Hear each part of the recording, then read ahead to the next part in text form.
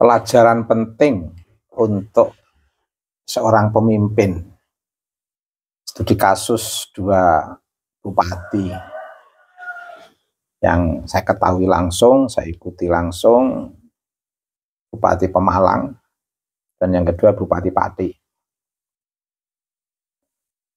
Keduanya lupa kalau sedang memimpin di tengah perkembangan masyarakat negara bangsa yang menganut sistem demokrasi, di sana memberikan keleluasaan pada ruang publik, kekuatan civil society yang dibangun komunitas masyarakat yang memiliki kecenderungan kesadaran yang sama terhadap hak-hak kewarganegaraan, didukung dengan perkembangan ilmu pengetahuan dan teknologi informasi yang betul-betul sangat menguatkan perspektif, gerakan, dan strategi-strategi untuk mempertahankan hak sebagai rakyat tanpa mengurangi pemenuhan terhadap kewajiban-kewajiban yang harus ditanggung. Dan itu semua dipahami secara penuh kemanusiaan, keadilan, dan kesetaraan, dan terakumulasi melalui diskursus dialektika, perkembangan sosial politik, sosial budaya, sosial keagamaan, atau sosial keberagamaan. Itu semua cukup membuka ruang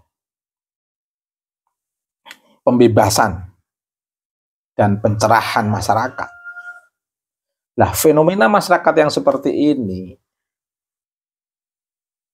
ketemu seorang pemimpin yang ngasal membuat sebuah kebijakan, ya akan diketawakan orang pemimpin ini.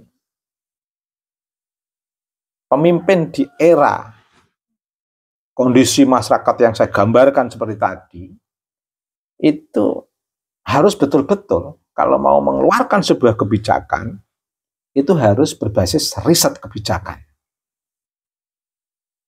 Jadi riset kebijakan melihat kondisi masyarakat, dampak sosial yang akan timbul. Di satu sisi, di sisi lain, bagaimana pemenuhan belanja daerah dengan kondisi masyarakat yang ada itu, mana yang harus masuk dalam skala prioritas, mana yang prioritas kebijakan untuk menopang pemenuhan kebutuhan daerah, dan mana yang masuk dalam wilayah pendampingan masyarakat yang memang perlu didampingi. Nah, termasuk skala prioritas di dalam membuat sebuah kebijakan. Di satu sisi mensejahterakan masyarakat secara luas, di sisi lain menekan tingkat kecurangan, termasuk diantaranya korupsi, penyimpangan-penyimpangan anggaran, termasuk meminimalisir penguasaan capital para pemilik modal di daerah-daerah yang ada, yang di situ berdampak pada ekonomi masyarakat, monopoli atau sistem oligarki di kawasan itu. Belum juga bagaimana memperlakukan industri-industri besar yang betul-betul bisa dikondisikan antara industri yang dikelola oleh seorang kapital, relevansinya untuk pemenuhan kebutuhan belanja daerah di satu sisi, di sisi lain bagaimana itu bisa untuk mensubsidi usaha-usaha kecil. Nah, itu instrumen-instrumen atau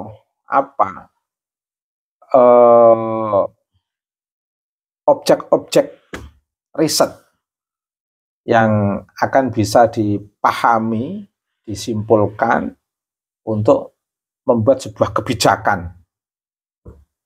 Nah, ini satu hal.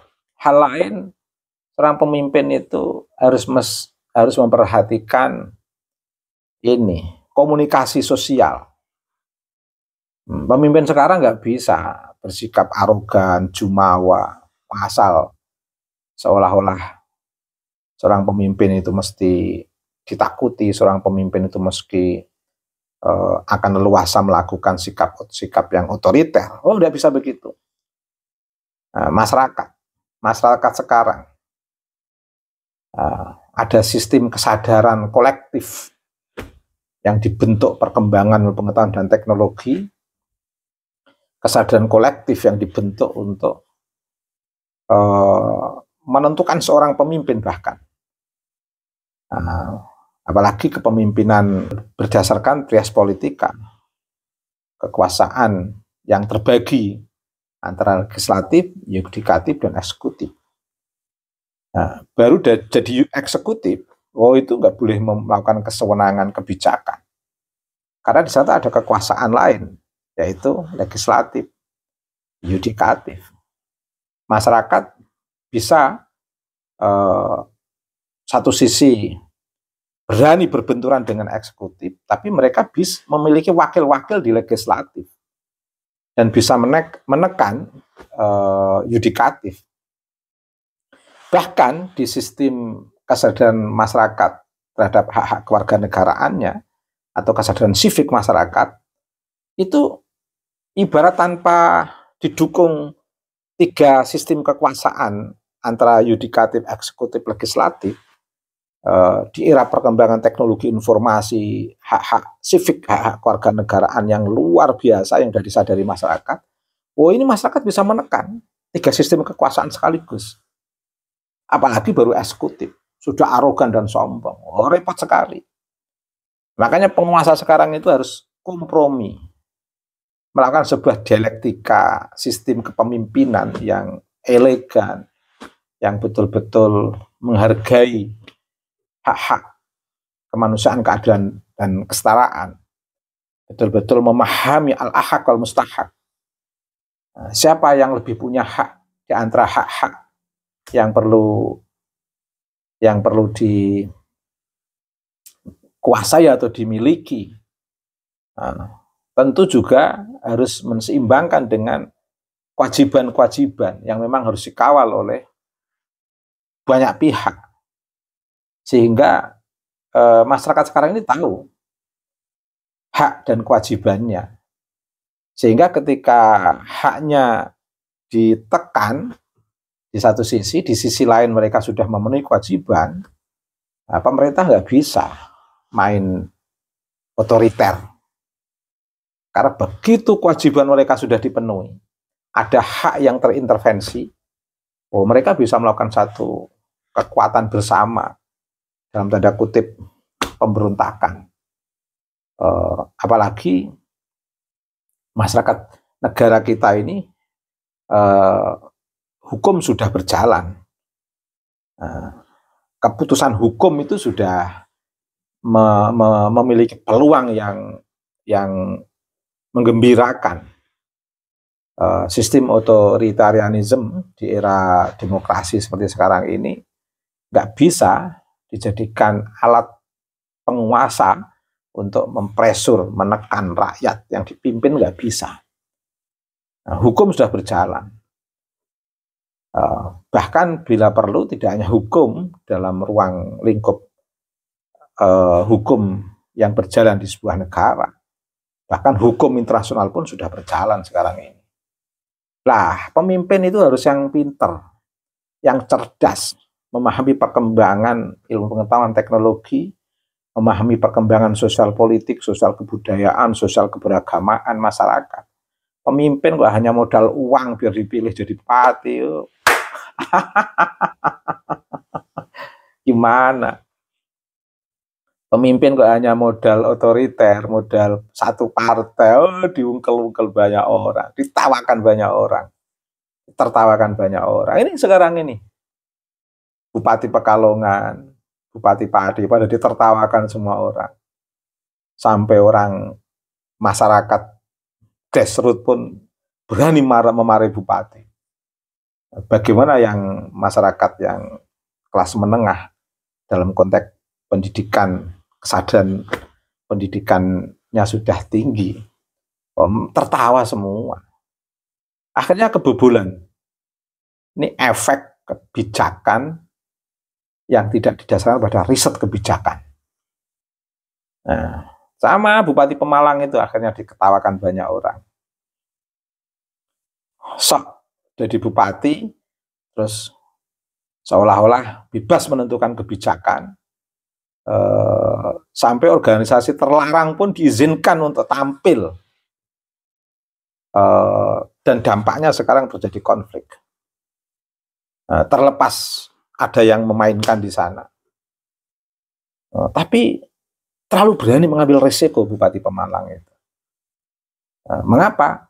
Karena harus memberikan keleluasaan pada organisasi yang tidak resmi, belum mendapatkan perizinan di negara kita dari pemerintah. Oh, diizinkan. Sementara yang usul adalah masyarakat yang dari organisasi yang sudah mendapatkan perizinan resmi. Itu tuh kalau mau jadi persoalan kan malah. Ya satu-satunya jalan bupatinya ngalah, minta maaf. Minta maaf pada masyarakat Pemalang yang ternyata kebijakannya itu berdampak menjadi konflik berdarah. Ya mau tidak mau ya tetap akan kena nyinyiran dari masyarakat, sikap-sikap kebijakan bupati yang tidak didasarkan pada riset kebijakan yang ujungnya berdampak pada konflik berdarah. Apalagi dia ada orang beberapa pejabat sengaja ada di sana dari pihak TNI Polri, seolah-olah juga memberikan keleluasaan perizinan kegiatan itu. Sama dengan Bupati Pati. Ini kan problem kebijakan yang tidak didasarkan pada riset kebijakan. Wah, akhirnya kebobolan sendiri.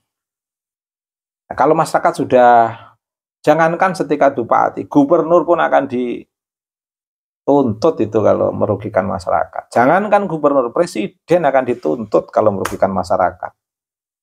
Nah, kalau kebijakannya itu betul-betul kebijakan yang tidak berdasarkan kemanusiaan, keadilan, dan kesetaraan. Dilindungi undang-undang. Nah, kemanusiaan, keadilan, dan kesetaraan itu bagian daripada inti atau mutiara sila Pancasila yang sudah menjadi ideologi kita, ideologi bangsa kita. Nah, punya kekuatan ideologi bangsa kok Indonesia ini, masyarakat Indonesia ini kok.